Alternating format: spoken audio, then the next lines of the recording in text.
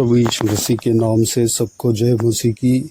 आज का वचन है मलाकी के किताब उसका 3 अध्याय 17 वचन। सेनाओं का यहोवा यह कहता है, जो दिन मैंने ठहराया है उस दिन वे लोग मेरे वरन मेरे निज बाग ठहरेंगे, और मैं उनसे ऐसी कोमलता करूँगा जैसी कोई अपने सेवा करने वाले पुत्र से करे। मेरे प्रियो, इस वचन को जो परमेश्वर से विश्वास करते हैं, जो परमेश्वर का सेवा करते हैं, वह सेवा करते करते थक गए हैं, वह परमेश्वर प्रभु यीशु का क्रूस उठा कर थक गए हैं, उनके विषय में परमेश्वर इस वचन को कहता है। परमेश्वर के लोग परमेश्वर का जो सेवा करते हैं वह इस तरह आपस में बात करते हुए यहाँ पर परमेश्वर का वचन कहता है। इस वचन को मलाकी की किताब उसका 3 अध्याय 14-15 वचन में जब हम पढ़ेंगे, परमेश्वर का वचन इस प्रकार कहते हुए हम देख सकते हैं, तुमने कहा है परमेश्वर की सेवा करना व्यर्थ है। हमने जो उसके बताए हुए कामों को पूरा किया और सेनाओं के यहोवा के डर के मारे शोक का पहरावा पहने हुए चले हैं, इससे क्या लाभ हुआ? अब से हम अभिमानी लोगों को धन्य कहते हैं, क्योंकि दुराचारी तो सफल बन गए हैं, वरन वे परमेश्वर की परीक्षा करने पर भी बच गए हैं। इस तरह प्रभु के लोग, परमेश्वर के दास लोग सेवा करते करते इस संसार के जीवन में वह क्लेशों को सामना करते करते और दुखों को, जो परमेश्वर के विश्वास के रास्ते में जो दुख आता है उसको सामना करते करते थक जाते हैं, तो वह इस तरह आपस में बात करने लगते हुए हम इस वचन में देख सकते हैं। परमेश्वर उनको ये कहता है 17-18 वचन में, सेनाओं का यहोवा यह कहता है, जो दिन मैंने ठहराया है उस दिन वे लोग मेरे वरन मेरे निज बाग ठहरेंगे, और मैं उनसे ऐसी कोमलता करूँगा जैसी कोई अपने सेवा करने वाले पुत्र से करे। तब तुम फिरकर धर्मी और दुष्ट का भेद, अर्थात जो परमेश्वर की सेवा करता है और जो उसकी सेवा नहीं करता, उन दोनों का भेद पहचान सकोगे। मेरे प्रियो, अगर आप या मैं परमेश्वर से विश्वास करते हैं, प्रभु यीशु मसीह से विश्वास करते हैं, उसके वजह से हम क्लेश उठाते हैं, हम दुख उठाते हैं, तो वह दुख व्यर्थ नहीं जाता। परमेश्वर का दिन जब आता है उस समय परमेश्वर अपरंपार हमें आशीष देता है। परमेश्वर के लिए जो कुछ भी हम सेवा करते हैं, छोटे से छोटा सेवा क्यों ना हो, एक कलीसिया में कुछ साफ सफाई करेंगे या माइक अरेंजमेंट करेंगे या कुछ भी सेवा करेंगे, लोगों को सुसमाचार सुनाएंगे, प्रभु यीशु का गवाही सुनाएंगे या प्रभु यीशु का गवाह बनकर ठहरेंगे, या कुछ भी परमेश्वर का जब जो सेवा करते हैं वह व्यर्थ नहीं जाता। परमेश्वर उसका प्रतिफल हमें देता है, उसका प्रतिफल हमें ज़रूर मिलता है। भले हम इस संसार के जीवन में जी रहे हैं, उसमें प्रभु यीशु का मार्ग में जाने में थोड़ा बहुत तकलीफ होता है, दुख उठाना पड़ता है। प्रभु यीशु कहता है, मेरे क्रूस को उठाकर मेरे पीछे चलो। हमें ज़रूर क्रूस उठाना पड़ता है, ज़रूर प्रभु यीशु के पीछे अगर चलना है तो सकरा मार्ग में जो जिसमें चलना बहुत कठिन है, उस मार्ग में हमें चलना पड़ता है।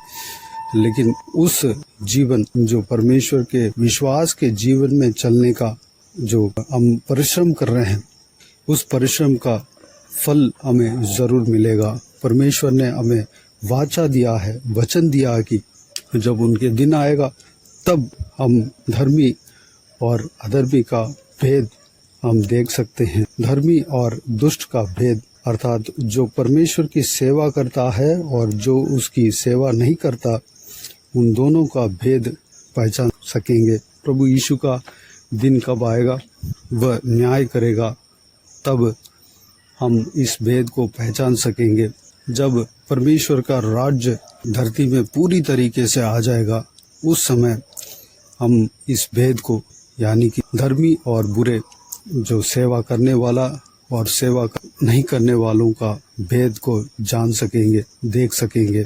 क्या इस धरती में हमें उस तरह का परमेश्वर का दिन नहीं आएगा? न्याय का दिन के बाद ही आएगा।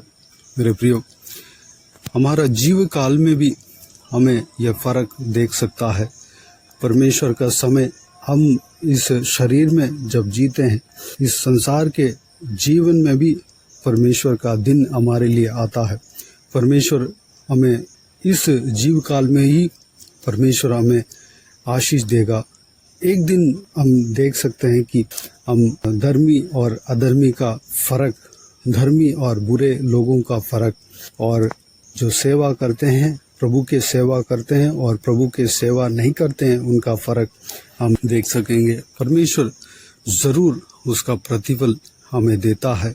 हम प्रभु यीशु का सेवा करते हैं, प्रभु यीशु के लिए परिश्रम उठाते हैं, परिश्रम करते हैं, उसका फल ज़रूर हमें मिलेगा, ज़रूर हमें आशीष देगा।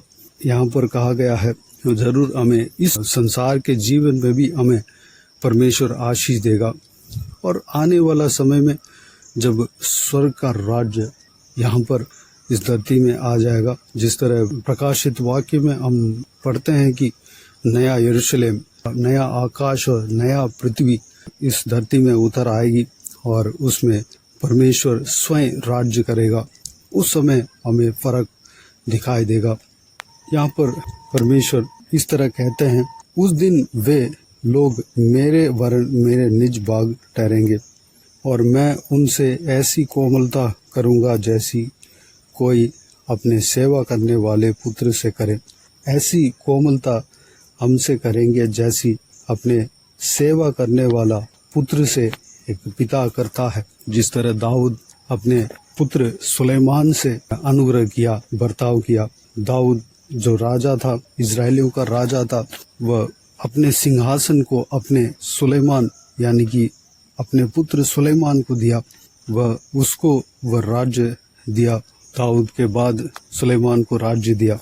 हमें भी परमेश्वर सिंहासन में बैठाएंगे और हमें मुकुट देंगे और हमें राज्य करने के लिए हमें अधिकार देंगे। प्रभु यीशु हमारा राजा रहेगा। प्रभु यीशु राजाओं का राजा है, प्रभुओं का प्रभु है। तो मेरे प्रियो, हम जब प्रभु यीशु का सेवा करते हैं, उसका प्रतिफल हम जरूर पा सकते हैं। हम थक ना जाएं, हम प्रभु यीशु के पीछे दौड़ने में थक ना जाएं। हम यह भी ना सोचें कि हम उनके सेवा करते हैं या उनके गवाह ठहरते हैं, उनके पीछे चलते हैं, हमें कोई हमारा जिंदगी में कोई तरक्की नहीं आया। मेरे प्रियो, जरूर आएगा। प्रभु यीशु आपके जो परिश्रम को देखता है, उसका प्रतिफल प्रभु यीशु जरूर देगा। आपको जरूर आशीष देगा, जरूर आपको आत्मिक जीवन में आगे बढ़ाएगा, सांसारिक जीवन में आगे बढ़ाएगा। प्रभु अपने बच्चों को, अपने सेवा करने वालों को कभी नहीं छोड़ता। प्रभु आशीष देगा, प्रभु आशीष देगा। आप ज़रूर जल्द से जल्द, जब प्रभु यीशु का समय आता है, उस समय आप यह चीज़ को देखेंगे। क्या देखेंगे? आप भले और बुरे लोगों के बीच का फ़र्क और सेवा करने वाला और सेवा नहीं करने वाला लोगों का बीच में जो फ़र्क आप देख सकेंगे। तो आइए मेरे प्रियो, चिंता ना करें, प्रभु यीशु आपका जीवन में कार्य करेगा, आशीष देगा। जो कुछ भी आप चाहते हैं, उस चाहत को पूरा करेगा। आइए हम प्रार्थना में जाएं। स्वर्ग पिता, दयालु परमेश्वर, आपको धन्यवाद देता हूँ आज के इस दिन के लिए। आपको धन्यवाद देता हूँ परमेश्वर, बीते हुए दिनों में हमें संभाला, बचाया, सुरक्षित रखा। आपको धन्यवाद देता हूँ परमेश्वर, आज का इस नए दिन में आप प्रवेश होने के लिए अनुग्रह दिया। आपको धन्यवाद देता हूँ पिताजी। आज के दिन में परमेश्वर, हमने जो कुछ भी वचन हमने देखा है पिता, उस वचन के लिए आपको धन्यवाद देता हूँ परमेश्वर। आपको बहुमूल्य वचन में पिता परमेश्वर हमें उत्साह दिया। जो कोई भी जन आपके पीछे चलते हैं और परमेश्वर हालेलुया, आपके पीछे चल चल कर परेशानी और क्लेशों को देखकर और क्लेशों में चलकर और दुख उठा कर थक जाते हैं परमेश्वर, उन लोगों के लिए परमेश्वर यह आपके बहुमूल्य वचन के द्वारा आपने बातें किया, आपको धन्यवाद देता हूँ परमेश्वर पिताजी।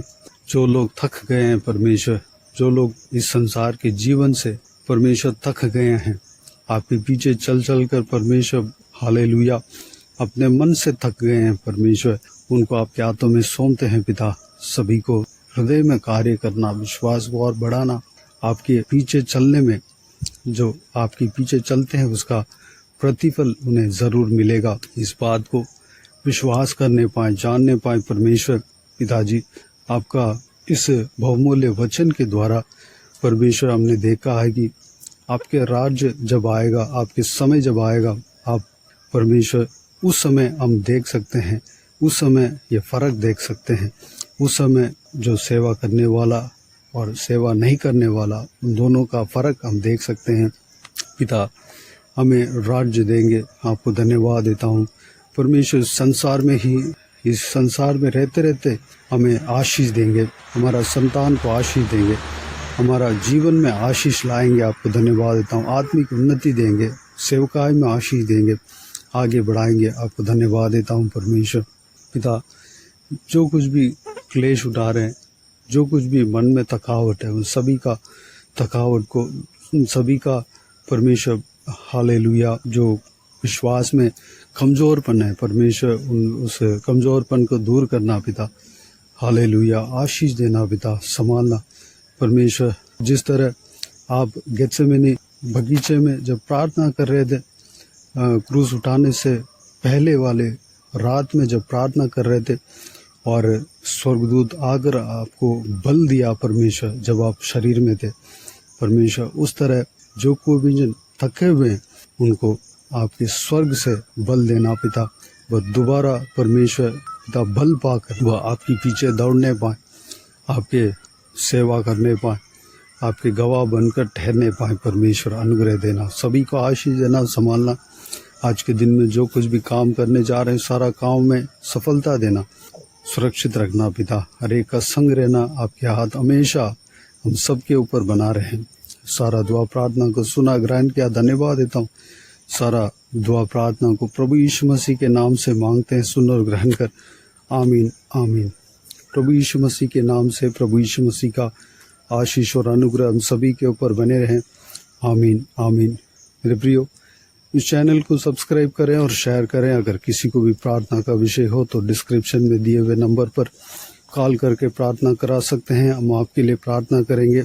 आप हमारे लिए, जब आप पर्सनल प्रेयर करते हैं, हमारे लिए प्रार्थना करना, इस सेवकाई के लिए, इस सेवकाई में जुड़े हुए हर एक जन के लिए, हर एक का आत्मिक उन्नति के लिए, आशीष के लिए प्रार्थना करना, पारिवारिक जीवन के लिए, परिवार में आशीष के लिए, शांति के लिए प्रार्थना करना। और इस सेवकाई के द्वारा परमेश्वर आपके जीवन में कार्य किया हो वो भी हमें बता सकते हैं, ताकि हम सब मिलकर परमेश्वर को धन्यवाद दे सकें, महिमा कर सकें। प्रभु यीशु आप सबको आशीष दे।